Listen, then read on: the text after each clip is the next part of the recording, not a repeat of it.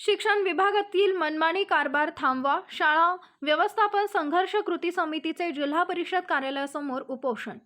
जिल्हा परिषद शिक्षण विभागाच्या सावळ्या गोंधळाविरोधात निवृत्त शिक्षक तसेच शाळा व्यवस्थापन संघर्ष कृती समिती आता मैदानात उतरली आहे.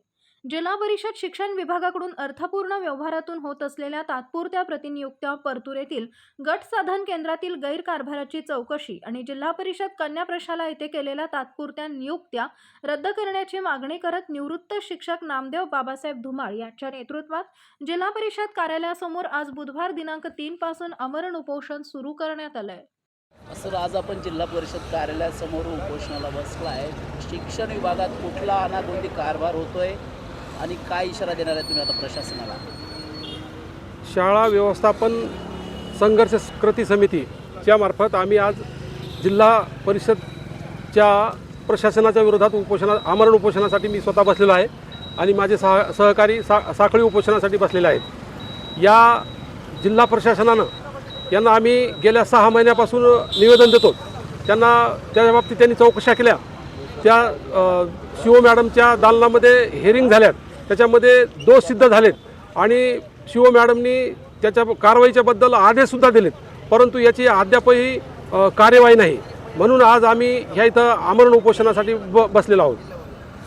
कुठल्या शिक्षकांच्या नियमबाह्य बदल्या झालेल्या आहेत डिटेलमध्ये सांगा. हां, बदल्याचा जो विषय आहे तो पूर्ण ह्या बदनापूर तालुक्यातील जे नाणेगावचे जे शिक्षक आहेत गाडेकर या शिक्षकानं स्वतःची बदली करून घेण्यासाठी गेल्या 3-4 वर्षापासून अनेक फंडे वापरून प्रशासनावर दबाव आणून अनेक प्रकारचे त्यांनी गैरव्यवहार केलेले आहेत.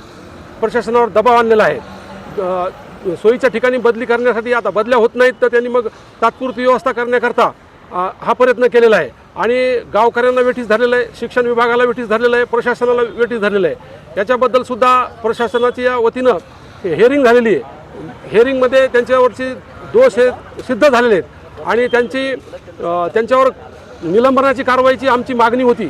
ती निलंबन होण्याच्या ऐवजी त्यांची सोयीच्या ठिकाणी बदली केलेली आहे आणि अशा ठिकाणी त्यांची बदली झालेली आहे की ज्या शाळेवर 8 विद्यार्थी आहे फक्त काही ठिकाणी, आणि असं असताना तिथं समानीकरणामध्ये पोस्ट भरता येत नाही, कारण 2-2 शिक्षक तिथं असतात आणि ज्या ठिकाणी शिक्षक नाहीत अशा ठिकाणी शासनाचं धोरण त्या शिक्षकांना पाठवायचं शासनाचं धोरण असल्यामुळे तिथं शिक्षक देता येत नाहीत. परंतु ह्या शिक्षकाची दोष असताना, हा दोषी सिद्ध झाले असताना, यांच्यावर कारवाई व्हायची आवश्यक असताना यांची सोयीच्या ठिकाणी इथं बदली करण्यात आलेली आहे आणि असं गैरकारभार ह्या जिल्हा परिषदेमध्ये चालू आहे.